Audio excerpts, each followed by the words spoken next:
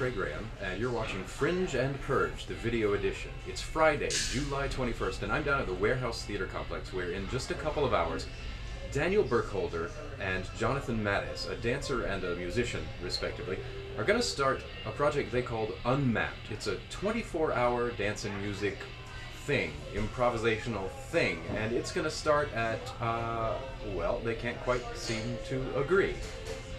8 o'clock tonight. 8 o'clock tonight. That's wrong. It starts at 9 o'clock. Thank you.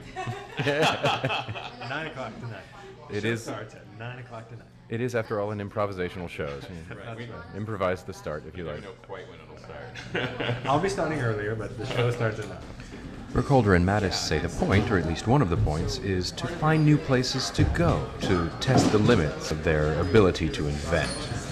Us have our habitual. You know, we have the things we like to do, and part of our theory that we're testing in this run is when you've done that enough times that you need to move on, or you've done everything that you know how to do, what's next? The question is, like, when we totally emptied out of what we think we can do at hour 8 or 10 or 12 or 3, what happens next? And when we're working on something, and even within a little section that's maybe 5 minutes long, it's like we can always go deeper, and there's always more material than I think you first realize. And you might think the temptation would be to hold back, to save something, some kind of energy or invention for those early morning hours. But Mattis says, no way. Because the other primary technical issue we're grappling with, besides the duration, is the issue of our roles, and is the issue of, am I a musician? Daniel's a dancer, but we are forcing ourselves beyond it. I have to be in the space dancing. Daniel has to take the guitar. We have to work it back and forth. So we're both responsible for the music. We're both responsible for the movement.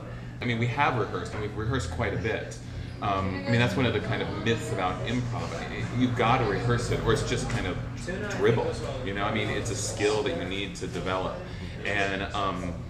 And even in rehearsals, we're constantly trying to push ourselves further, even when there's no audience. And I think when we have an audience, that's just going to be that next push to go further, because we also think of it as an individual 30 to 40 minute piece. So that piece has to stand on its own and then also connect into this larger arc of the whole 24 hours. Right.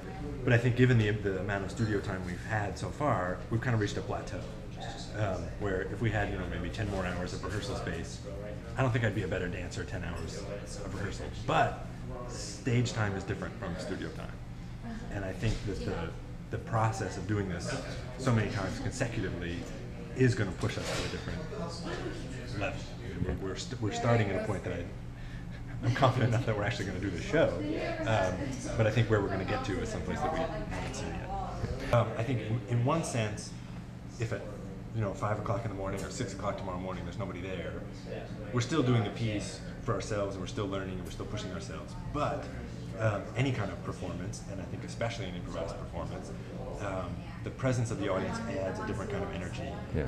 And there is an exchange that happens, as opposed to just we're on stage doing our thing and there's a massive audience. There's still, even if that particular boundary between performer and audience is not a boundary that we're pushing, and we're in all of this boundary pushing, there's still some exchange that goes on. Yeah, and I would like add to that, just when you're improvising, you're constantly taking in information, whether it's the sound or the movement that each other's doing, but we also take in information from the space in general, and having other people there reacting, even if they're not moving a lot or something like that, but just having them, and that's kind of information that we take in, and it affects what's happening. So, I don't know, it's essentially a 24-hour show. How do you buy a ticket for a 24-hour show? We're doing it like this.